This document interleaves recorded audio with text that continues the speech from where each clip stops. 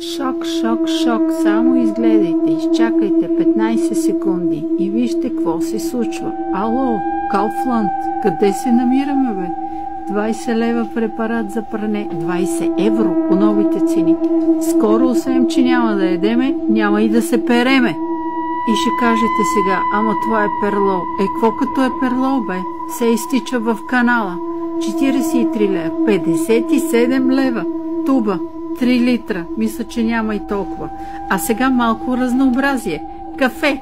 И кафе няма да пиеме. 59 лева, 64, 40. Това е ефтинко. 43. Hello. Ами тя 55 и 60. Абе, то в Италия не струва толкова кафето. Вие нормални ли сте? Та така, чакаме еврото, обаче преди еврото ще ни съсипат. А после като дойдат цените в еврото и като ги сложат на половина и нас да ни се вижда ефтино.